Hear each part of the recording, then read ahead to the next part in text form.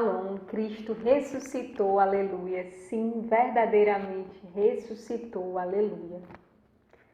Então, irmãos, eu me chamo Joyce, sou discípula de 2º ano da Comunidade Vida e hoje nós vamos refletir um pouco acerca do Evangelho segundo São João. Então, eu convido você a tomar a sua Bíblia, a se colocar em um lugar de silêncio, um lugar mais calmo, para que você possa refletir esse evangelho, né? Fazer o seu estudo bíblico em um lugar que favoreça a sua oração. Então vamos suplicar a presença do Espírito Santo de Deus para que ele nos conduza neste dia. Em nome do Pai, do Filho e do Espírito Santo.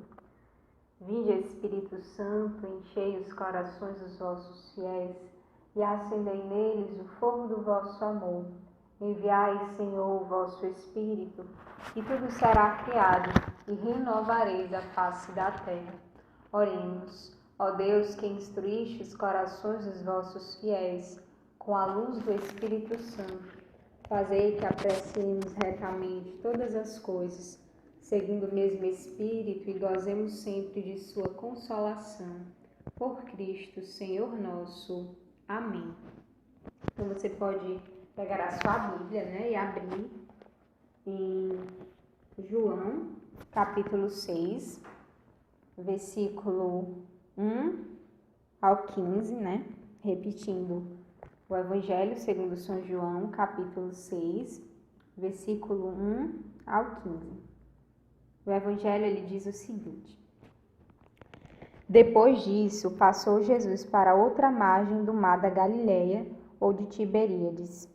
Uma grande multidão o seguia, porque tinha visto os sinais que ele realizava nos doentes. Subiu então Jesus à montanha e se sentou com os discípulos. Estava próxima a Páscoa, a festa dos judeus.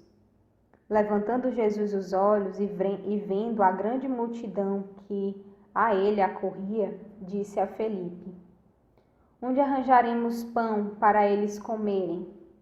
Ele falava assim para pô-lo à prova, porque sabia o que faria. Respondeu-lhe Filipe: 200 denários de pão não seria suficiente para que cada um recebesse um pedaço. Um de seus discípulos, André, o irmão de Simão Pedro, lhe disse: Há aqui um menino que tem 5 pães de cevada e 2 peixinhos. Mas que é isso para tantas pessoas? Disse Jesus: Fazei com que se acomodem. Havia muita grama naquele lugar. Sentaram, pois, os homens, em número de 5.000 aproximadamente. Tomou então Jesus os peixes e, depois de dar graça, distribuiu-os aos presentes, assim como os peixinhos, tanto quanto queriam. Quando se saciaram, disse Jesus a seus discípulos: Recolhei os pedaços que sobraram, para que nada se perca. Eles o recolheram e encheram 12 cestos com os pedaços dos 5 pães de cevadas deixados de sobra pelos que se alimentaram. Vendo o sinal que ele fizera, aqueles homens exclamavam: Esse é verdadeiramente o profeta que deve vir ao mundo.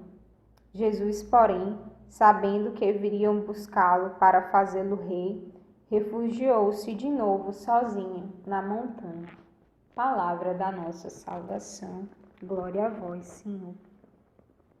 Provavelmente, né, não sei em qual editora você está usando nesse momento, mas provavelmente algumas palavras da sua Bíblia podem ter sido diferentes, né, da leitura que eu fiz.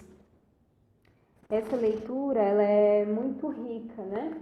Nós poderíamos refletir em diversos pontos, né? Poderíamos refletir sobre o seguimento de Jesus, né? A multidão que seguia Jesus, né? Que se colocava, que escutava as pregações de Jesus. Poderíamos nos deter, né, em Jesus, que coloca Felipe à prova, né? E quantas vezes o Senhor nos coloca à prova, né? Quantas vezes, durante esse tempo de pandemia, quantas vezes o Senhor já não nos colocou à prova da nossa fé, né? mas em especial, né, na escuta, né, do Conselho Geral, o Senhor nos falava sobre esse menino, né, da multiplicação dos pães, né? Então, eu escolhi que nós refletíssemos um pouco, né, pelo Espírito, eu escolhi que nós refletíssemos um pouco sobre esse menino que deposita diante de Jesus o seu pouco, ou o seu quase nada, né? O discípulo, né, André, né, que vai estando aqui no versículo 8, André, ele diz assim: há aqui um menino que tem 5 pães de cevada e 2 peixinhos. Mas que é isso para tantas pessoas, né? André, ele coloca esse menino que tem esses 5 pães e 2 peixinhos e ao mesmo tempo ele se pergunta, mas o que é isso para tanta gente, né? Porque uma multidão seguia Jesus, né? Então, como é que essa quantidade, 2 peixinhos e 5 pães, é capaz de saciar uma multidão inteira, né? E acima, né, Filipe, ele tinha dito que 200 denários não seria suficiente para que cada pessoa comesse apenas um pedaço, né? Então, o que é que eu quero, a que ponto eu quero chegar, né?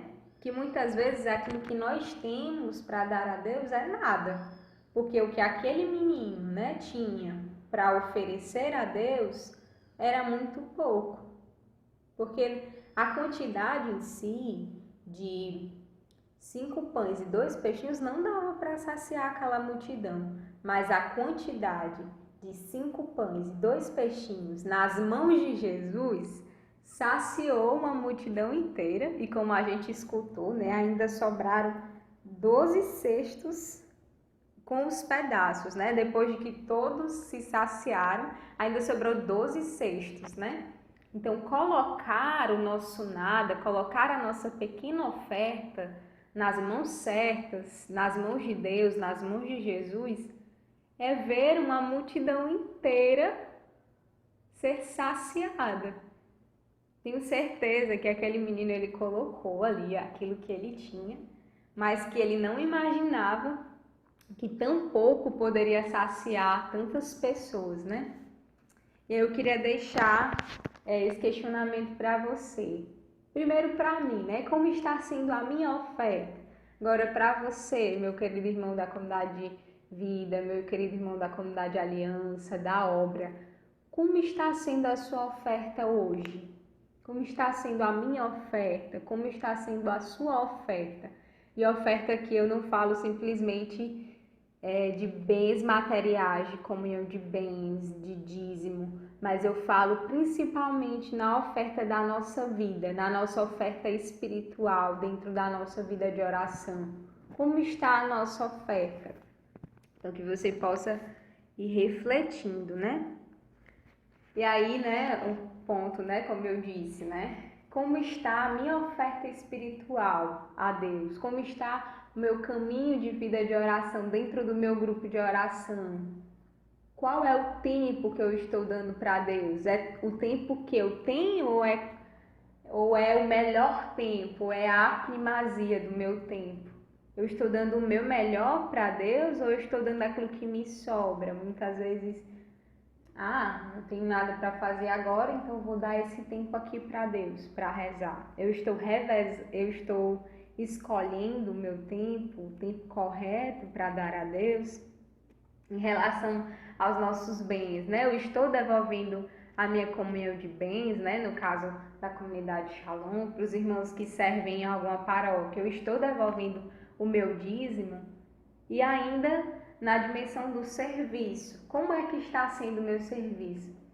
Joyce, mas é que eu não trabalho, eu sou jovem, ou enfim, eu dependo dos meus pais, ou eu estou desempregado, e eu não tenho como devolver o meu dízimo, a minha comunhão de bens.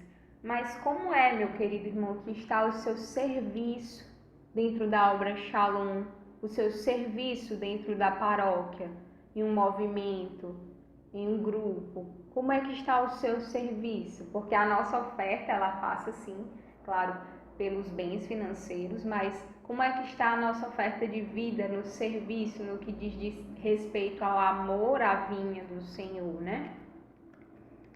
E para concluir, né, o que é, né, que eu estou dando para Deus? Será que é tudo que eu tenho ou será que eu estou dando aquilo que me sobra?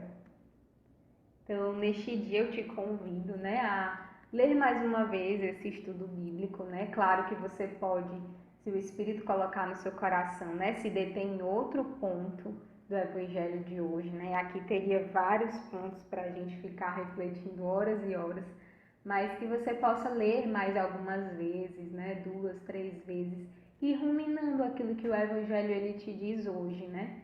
E deixar que o Espírito tome posse do seu coração ao ponto de te fazer enxergar aquilo que você precisa crescer hoje.